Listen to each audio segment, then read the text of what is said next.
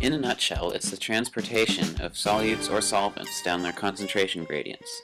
Thus, it does not require the cell to expend energy.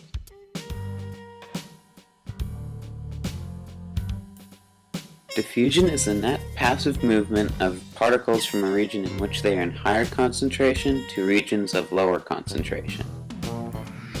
In this example of diffusion, the solution is hypotonic to the cytosol. The molecules, in this case, are oxygen, and they will diffuse across the membrane until equilibrium.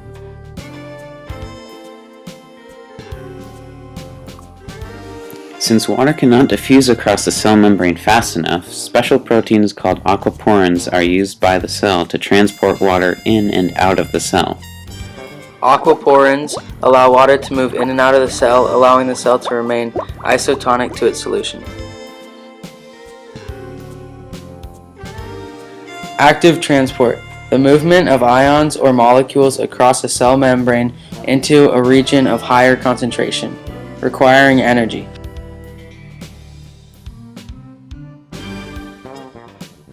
The sodium-potassium pump moves sodium ions out of the cell and takes potassium ions into the cell against their concentration gradients, requiring energy in the form of ATP.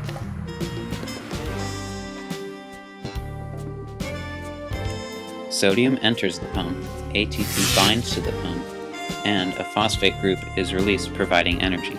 Potassium enters the pump and the phosphate group is unbound.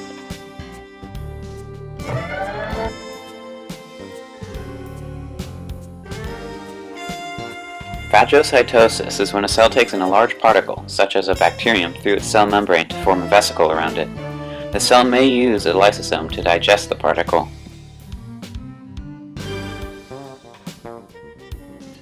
A vesicle engulfs the bacteria. It then binds to a lysosome.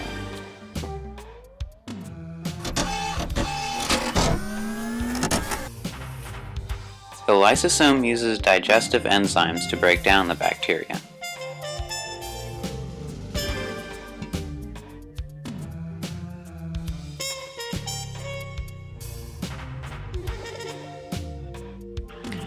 Pinocytosis is the ingestion of small particles into a cell by the formation of small vesicles from the cell membrane.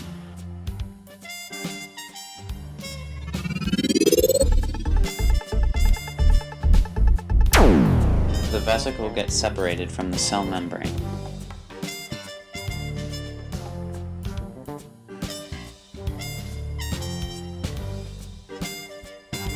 The process by which the contents of a cell vacuole are released to the exterior through fusion of the vacuole membrane with the cell membrane. The solutes are moved out of the cell and the vesicle joins the cell membrane.